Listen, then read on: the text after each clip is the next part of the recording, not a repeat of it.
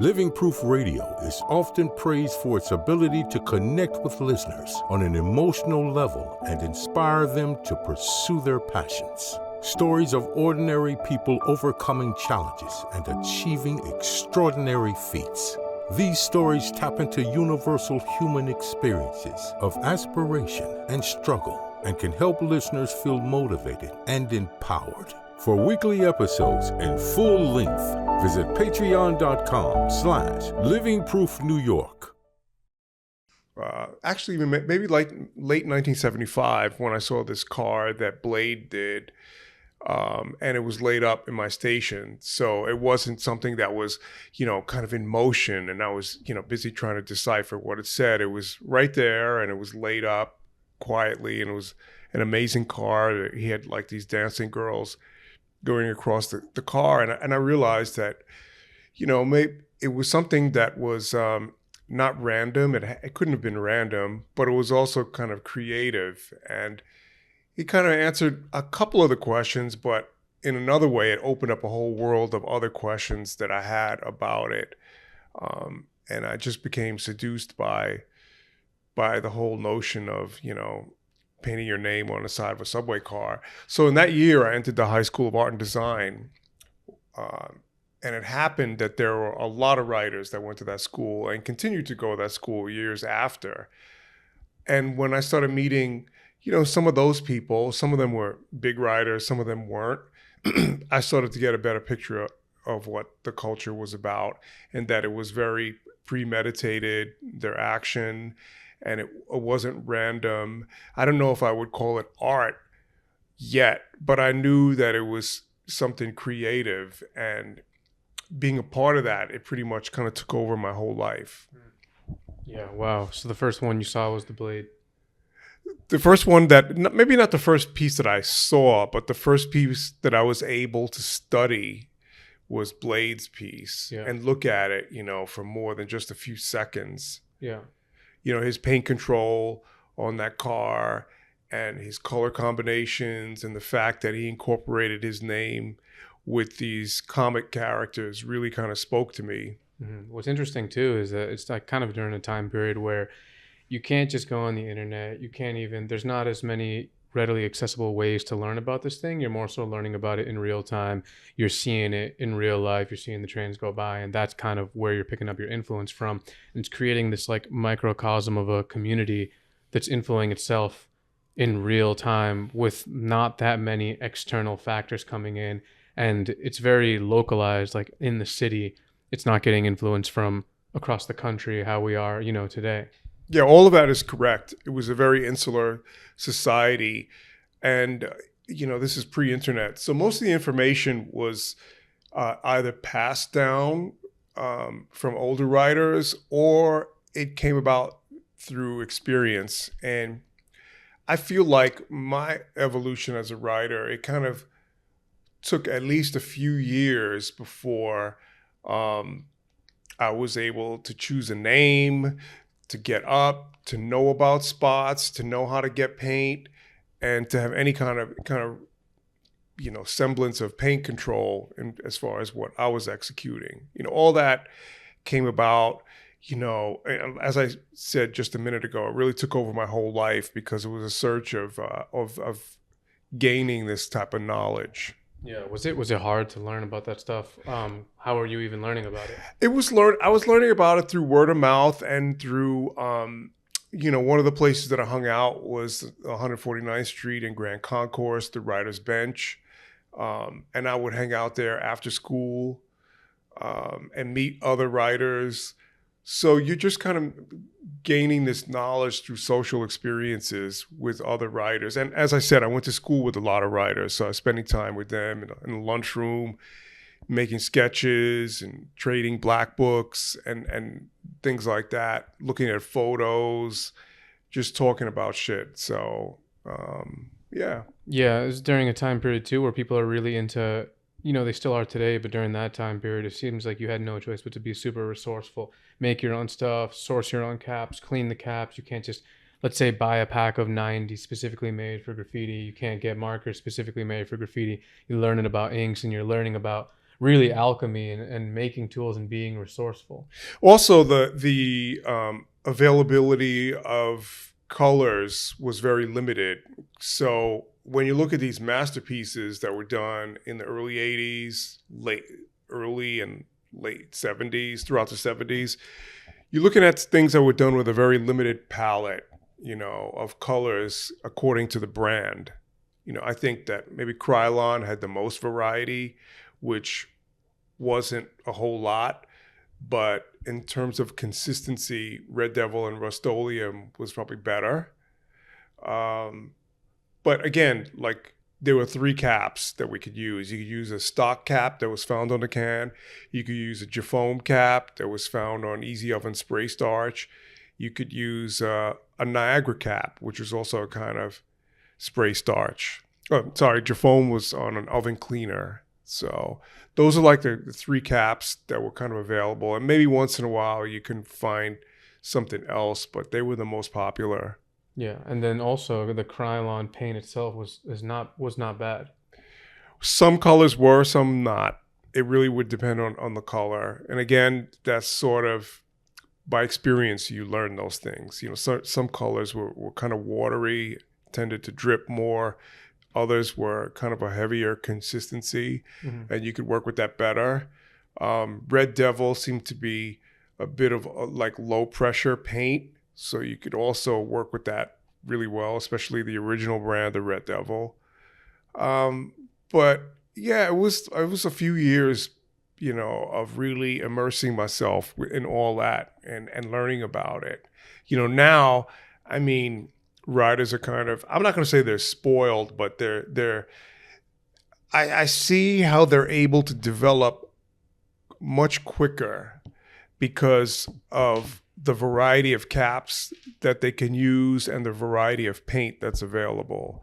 So they can get this sort of they can acquire these skill sets a lot faster. Also, just the availability of knowing what's even out there. Yeah. Through the internet, which Through the I feel internet like has completely changed not just graffiti, but every art and every community. I mean, having said that, I still see work out there that really, by new people, that really amazes me. And I still think that there are people that are like innovating things in a certain way. Like, for example, the use of fire extinguishers and paint. I've seen guys that just go out there and they just get up like that. But I've seen a few other guys that are taking that and trying to develop it and push it even further. Yeah, no, the tools that are being used are wild. Like the rappelling as well, using the rock climbing gear. Yeah, that's pretty crazy. It makes you wonder if there's anything left.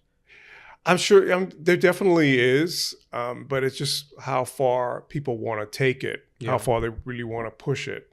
But even in terms of other things like some of the photorealist portraits I've seen people paint are incredible, that they're getting this sort of amount of detail, Yeah. What do you think it was about the trains that is kind of where it really took off rather than being the streets? Like now, the trains are a no-go relative to how it was back then. The streets are kind of where the scene is at.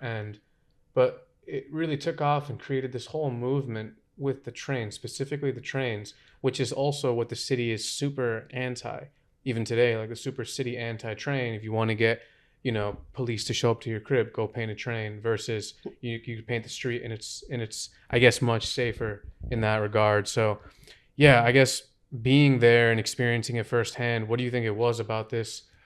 I think that there's a few factors.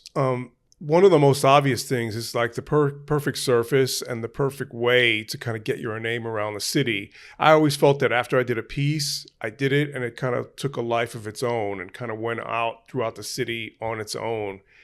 People saw it. Maybe some people didn't. A lot of people did.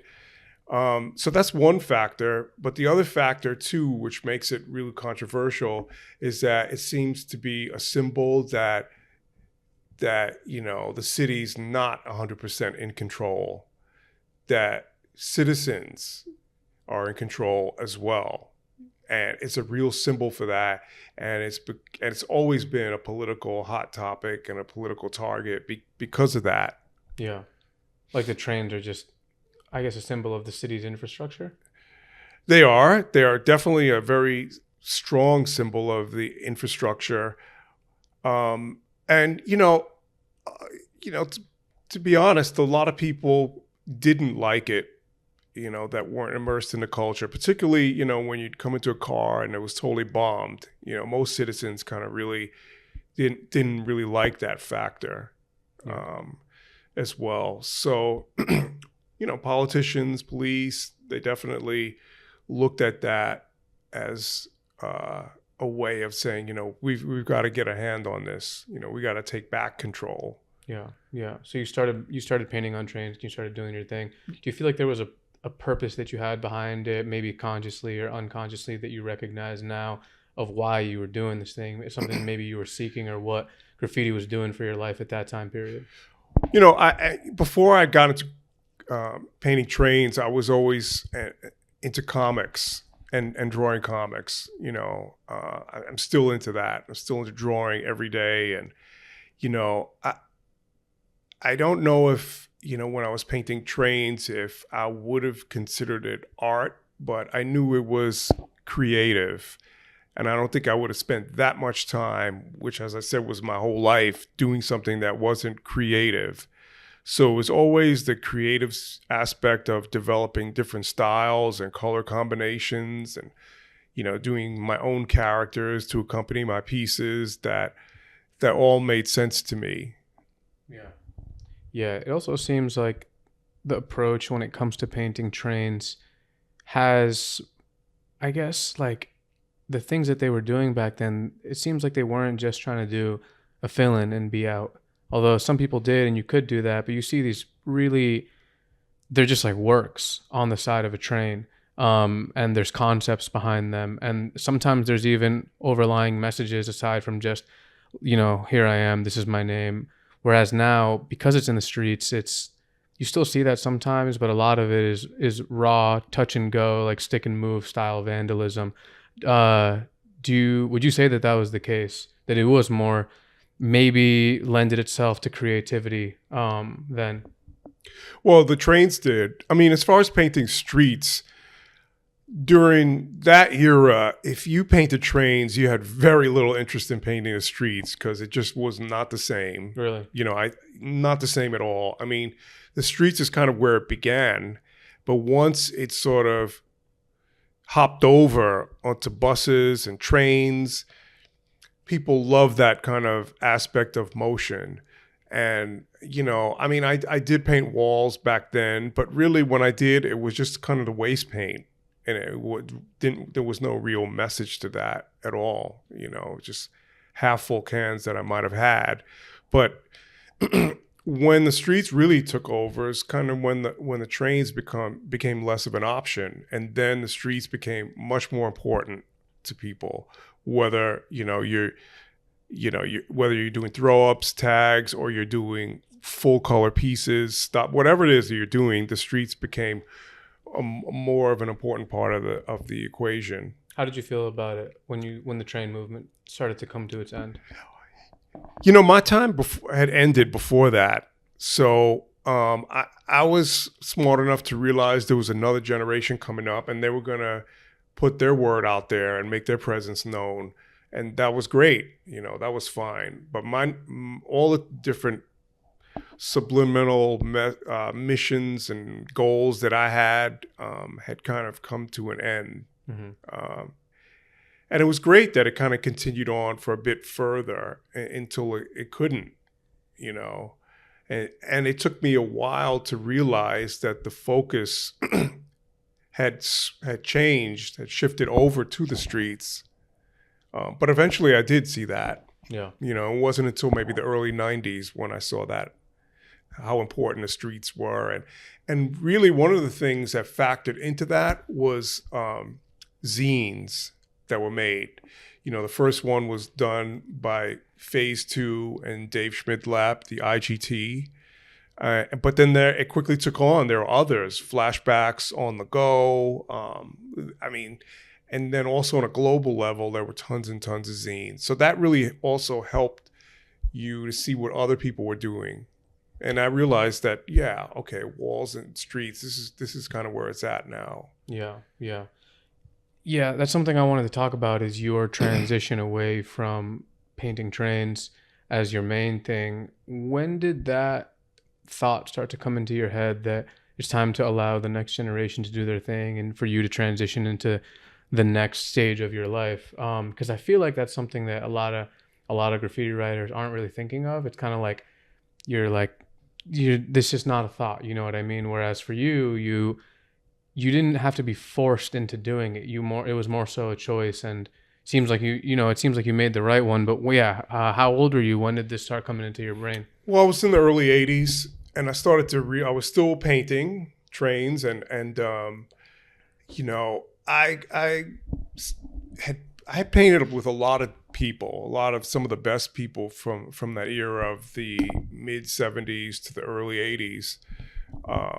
Some of the people I painted with were Is the Wiz, Dondi, Crash, Kel, Knack 143, Cos 207, Rappel. There was a ton of people, that Zephyr. I painted with a ton of people. But it just became a little bit less interesting for me. And at the same time, you know, the design of the trains had shifted too, in that, you know, they were red or gray. And then all of a sudden the white elephants came in and people started painting. People started getting really excited about that. I mean, I remember I did a top to bottom whole car on one of those. It was completely clean. I thought it was a birthday present. But people also just started kind of like doing mop tags on the outside of the trains. And I didn't think that was too cool, because if you wanted to paint that, the ink would just like come through your piece. So, you know, things like that were kind of frustrating, but not impossible to deal with. But I just felt that, all right, now it's time for the next generation to really take over and let their voice be known. You know, I was just also evolving. I was getting older, and, you know, I think that if you really want to get up, you know, and really do it properly, it's really a young person's game. Yeah. So you don't think the life of a bomber is one of longevity? On the trains, no, Yeah. just because of the physical factors that are involved in it. Yeah. Yeah, no, definitely. So were you already making art prior to this movement away from straight painting trains? Well, I was always drawing. I maintained that throughout my whole career as a writer. Always drawing. I always thought, you know, I would get a job, you know, with a comic book company doing something like that. But then I started to meet people that were in the comic industry, and that seemed to be a really impossible task, no matter how good of a draftsman you were. So I was looking for some way, started to thinking about some way to kind of make a living as an artist, you know, and I was thinking about more commercial terms, you know, in advertising or something like that. And then I started to make my first paintings on canvas as an experiment. I hadn't sold anything. People weren't really selling a lot at that point. It was just kind of an experiment. And it was something that I enjoyed. I said, well, you know, I'm gonna continue doing that. At the same time, in New York history, in the art world, things were shifting away from what it was, and a lot of stuff started happening. There were a lot of elements that were in play, like people like Keith Haring were painting in the streets. So was Richard Hambleton. So was Jean-Michel Basquiat, Kenny Scharf. And, you know, they were doing a form of what would be considered street art now. But I think they also wanted to utilize the streets in some way for their own work, even though it wasn't what you'd consider traditional graffiti. So, you know, I was becoming exposed to this type of thing, and I became, you know, just more and more interested in it, you know, and the more I became interested in that, the less time I had really to think about painting trains. It's a crazy thing when I think about it, because it seems like you swung from well-placed vine to well-placed vine, moving forward in different chapters of life and adapting accordingly, which has led to your longevity and led to you always being able to do the thing that you like to do, the way that you like to do it, with your style, and always keeping it true to your roots. But from a younger person's perspective, it's like, well, how the fuck do I do that? Or like, how does one do that? It seems like it just occurred, Yeah, it's honestly, it's not impossible, but I think it's more difficult, for people to kind of get involved. Say if you're a student coming out of art school, and you're looking to exhibit or show your work, it's more difficult now, I think. I mean, the first places that I showed in were alternative art spaces. They weren't commercial galleries. And, you could, do something there, or you could show work there that wasn't maybe commercially viable. And I was also showing a lot in nightclubs, and they also became like another venue to show work, even if it was just a one-night show. That was great to be a part of that. And it seemed like these club shows are happening every week, it seemed like. So these are like factors that started to kind of happen. And then eventually commercial galleries became interested and started to take notice in some of the work that was being shown in these alternative art spaces, like Fashion Moda in the Bronx, and ABC No Rio and the Lower East Side, and Franklin Furnace, of course, Artist Space. There were a lot of them, but commercial galleries started to take notice, and that's when I think I really started to make sales from my work. Yeah. So you went into it you're just taking shots, pretty much. Pretty much. I didn't have a game plan, that's for sure. But I kept my eyes and ears open, and I was fortunate enough to have a good work ethic installed in me. So all those things were really important, especially the work ethic part, because, Crash was someone who I painted trains with. And we also started to get picked up by the art world around the same time. And I always could say I didn't have any career moves or game plan, but one of the smartest things that we ever did, I think, was to take money from the sales of our work and to get a studio in the Bronx. That enabled us to seriously work and to create a body of work. And it also enabled people to come and see us that were serious. Like studio visits and checking out what you're doing. Yeah. What was the thought process in getting the studio space, and where were you making paintings prior? Prior to that, I was painting in other artist studios, or I was painting on a rooftop, or, the street, wherever I could. But getting that studio space was great. And the first studio space that we had was a large space in the Bronx with no heat or hot water. It had running water, of course, but yeah, it was really on some pioneer shit, because, in the winter, it was brick cold up there. In the summer, because it was on the top floor, it was crazy hot too.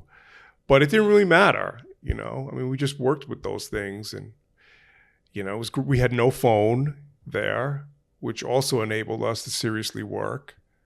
It was great. Yeah, that's another thing, is the phone. The phone as an aspect, as a tool for the artist to be able to show work and to be able to become like art is some sort of business, and then the artist is the brand or its own little shop, and you can show your stuff via social media using the phone, and you can connect with people all around the world. And I think about a time when a lot of the amazing artists came up, when that wasn't in existence, yet they still came up, and yet they still got their work shown, and yet everybody knows about them. What do you think about social media, the phone, and the power that it gives the artist, maybe how you feel using it today, how you think it would change shit? Well, I think utilizing social media is a real skill set as well. And I think that some people are super adept at that. really. But you have to realize that whatever you see on a phone is a preview to real life. So when I am interested in an artist, or I see a show is up that they're doing, or they came out with a product or a project that looks interesting on the phone, it's just a preview. And I make a mental note to try to see it or experience that in real life, because there's no substitute to experiencing these things in real time at all. I think people get a little bit lost in what they're seeing on the phone and in social media too much. They don't realize that some people could just project an image, and really, when you see it in real life, you're kind of disappointed because on a phone it looks so much larger than life. But yeah, I mean, it's a great tool to get your work out there and your message out there, whatever it is. It's also great to be able to see what people in other countries are doing. I like that. But I like it a whole hell of a lot less now, because I feel like whenever I look at I'm a very image-based person. I like looking at images. And now, for example, Instagram, since it's been taken over, I'm looking at a lot of shit that I don't even want to see or experience. And I feel like I'm bombarded by like 20 ads for something I could care less about until I get to that one thing that I actually want to see. So, yeah, I mean, it's really kind of gone, that aspect has really gone downhill completely. Yeah, it's also become a thing where the artist can be, and the brand or whoever can be led to do things based on the like count, led to do things based on that dopamine hit that you get when people show you attention and show you that they like your stuff, which I feel like isn't good for particularly a painter, because then in a way, with each and everything that you post and show, you're gaining, like, you are being influenced subconsciously to create work in a way that perhaps you wouldn't have. I mean, it's good to get feedback, but I feel like sometimes the social media can be feedback on a different level of a different kind. Yeah, it can be positive, overly positive, which is too much. Or, there's the other thing where people feel this kind of curtain of anonymity where they could just say a lot of negative shit, and, they can't be accountable for that. So that's the bad part about it too. I mean, I try to look at it as much as I can as a positive thing. And if someone's not saying something constructive, then they're gone from my account anyway, But yeah. Yeah. How much do you think art school had to play its role in your career, in your life? Do you think it would have been different without it?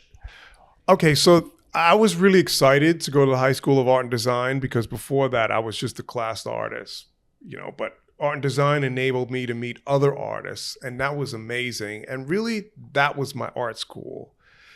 I was disappointed with the curriculum. I was disappointed with the teachers.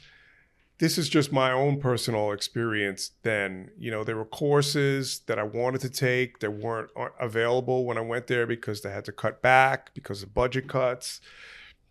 They didn't seem to be preparing me for the rest of the world, However, it was a great experience meeting other artists and being able to build with them and draw. And some of the artists that I went to school with were like incredible, and I would look at their work, and think, wow, I need to step up my game or something, all that is real positive. Mm-hmm. So it was mainly the fact that you got to meet these people. Yeah. And be surrounded by people. But that's just me. I think that, I've done a lot of teaching projects with students, and it really depends on the teacher that you get and what they can bring out of you. And when I work with students, I want to be the anti-person of the type of teachers that I had in school. When I look at, I'll talk a bit about my work in an introductory fashion, but after that, I want to see what the kids do. I want to see what the students are doing. I want to bring out something in them, and I want them to kind of gain experience. So that's that's when I teach, that's kind of how I go about it. Yeah. What's it like teaching students? Oh, I think it's great. I mean, I've had all my experiences have been, some of them have been difficult, but they've been very rewarding and very successful, because I feel like I'm giving the kids a certain amount of leeway that enables them to be themselves. And because I'm enabling them to be themselves, they have a certain ownership in whatever project we're working on. Yeah. Yeah. I was going to ask something, but it just kind of slipped my mind. How much do you think, how much do you think that your graffiti background still influences your art and the style that you have come upon? Well, it's the knowledge that I gained from painting trains was immeasurable in that, like, when I'm painting a wall, I'm not kind of sitting around, looking at it for hours. I'm in there and I'm painting, and it's physical, and I paint fast, and this is what I do. So that I've all learned from trains, basically. But also there's other really subtle ways that even if I'm not using spray paint, if I'm using oil or acrylic, the choice of colors that I use, kind of also come from that experience where certain colors kind of play off of each other. Yeah. Do you have a specific audience in mind in your paintings? Not really, because I think my audience is kind of vast in that it can be real young people or it can be older people that collect art. Yeah. So I didn't really think about that too much. Once in a while, I think about, artists that I respect. Maybe, oh, wow, what might they think of this? 1 second.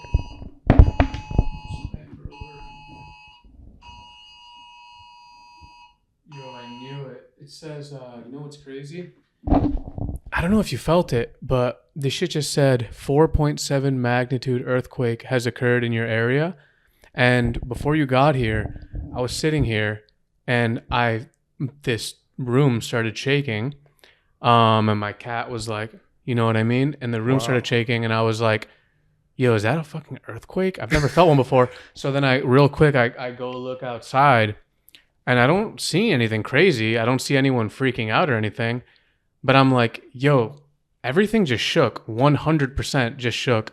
Like, I didn't imagine that. There's no way that was like, part of me was like, maybe that was like a generator downstairs or some weird machine that just got turned on. But like, how would it shake the whole crib? Anyways, yeah, that's crazy. That's just yeah. I mean, I didn't feel anything just now, but I have experienced that in the past. I had that experience in Japan once. Oh, really? Yeah, it was pretty crazy. I was staying in this hotel, and it was in a tall building. And I don't know, in the middle of the night, I heard this rumbling, but it sounded like a train. So I thought, well, maybe the hotel is built on top of this station, and that's what I'm hearing. And then this friend of mine told me, no, that's kind of scary. But yeah, it was a tremor. Yeah. So speaking so speaking of Japan, your art and your career has taken you probably all over the world, I assume. Yeah. How is Japan? How is the culture there, and maybe the influence that you've taken on it as an artist? When the movie Wild Style came out, one of the first places that I traveled to on this incredible tour was Japan. So that would have been maybe 1983. And, it was myself, Pink was there, I think Dondi, Zephyr, the Rocksteady crew, Cold Crush Brothers, Busy Bee, basically people that were like in the movie went on this tour, and it was a lot of New Yorkers.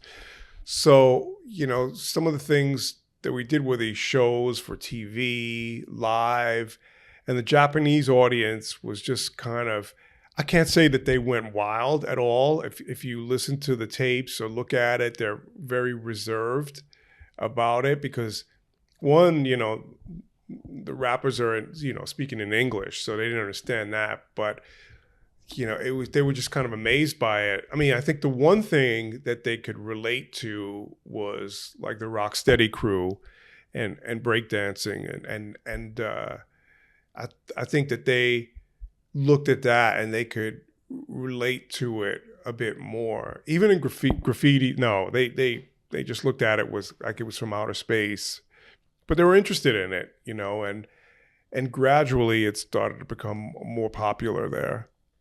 Yeah, it's crazy now how, in my eyes at least, and I live in this microcosm that I live in, but like graffiti is far from mainstream now. There's companies and brands and high fashion houses that like to do collaborations with graffiti writers. There's museums that do collaborations with people who came from a pure graffiti writing background who have then transitioned into fine art and making paintings like that. And it's funny because it felt like when I was first becoming aware of graffiti, I was 12 years old. And to me, that seems like 5 lifetimes ago. And it also seems like it was a secret. I know it wasn't a secret, but in my brain, it was a secret. Way less people knew about it then than know about it now. How have you seen the graffiti scene change over the course of these years? And what are your thoughts on it?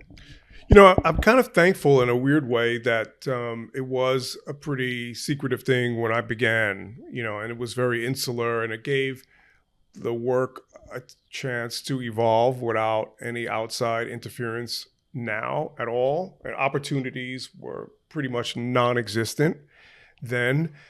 And,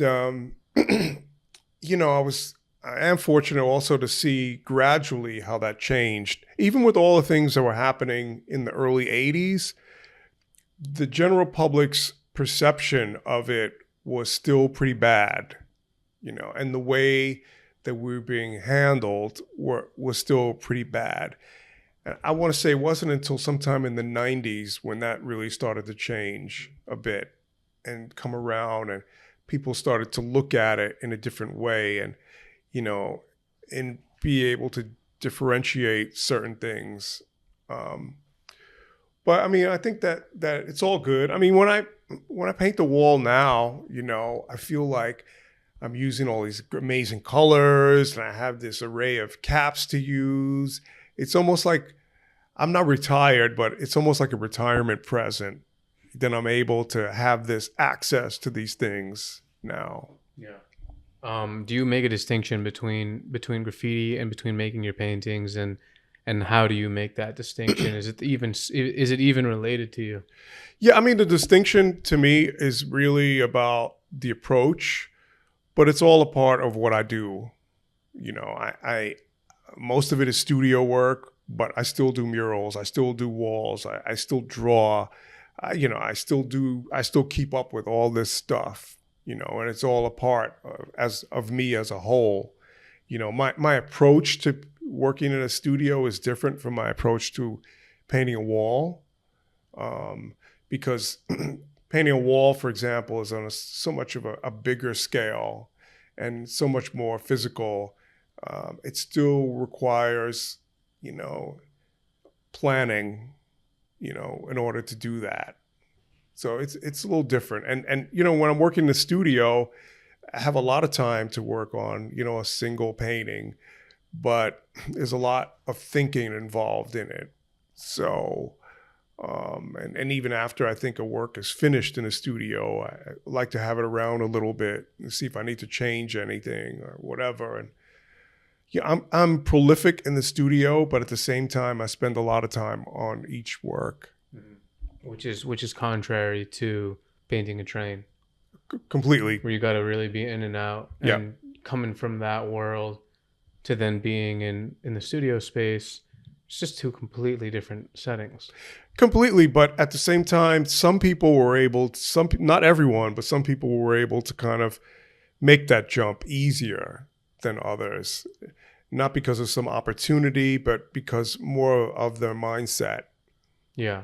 Yeah, because some like within the space of the graffiti scene, there are famous interviews and sentences that I can recall where it's like super anti-gallery, super anti-art, and super just anti-commercial, essentially.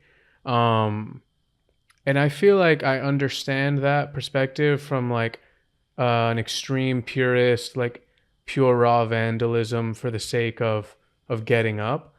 but I also really resonate with adapting with the times and keeping a hyper open mind to anything that's available for you if it means like the betterment of you as an individual and your life and also your family's life. And I feel like that's one of the things that I really admire about you and your work is that I feel like it would take a lot of foresight to be like, okay, now's the time to move forward. Yeah, I think that everyone is different. You know, their approach to it is different. You know, I'm not going to say that the guy out there bombing all city, putting in work is doing something negative. No, it's a personal decision. And I also feel that if you're the type of person that, you know, just out the box, you come out and you're trying to do only legal walls, you're kind of missing the point. You really are. When I'm doing something, a legal wall, I feel like at this point I've earned it after so many years of not doing that, you know. But it really is an individual thing. You know, I see guys out there that are riding illegally, and you know, there's something about it that catches my eye. Maybe it's like their hand style, or maybe it's the way their letters kind of flow, or the fact that I'm seeing it in these crazy locations, because now location is a big deal, you know. So yeah, I mean, those things, you know, they catch my eye, you know. And then there's other stuff that I see that's like just random and whatever, you know. Yeah, there's also just so much graffiti. Do you feel like there's more graffiti now than Yeah, there was? there's a ton of it now. A ton of people. I don't know who's gonna be in it for the long run, but I just see a lot of stuff too that you look at, you just know, well, this guy's not gonna last. He's got like a couple of years and that's it.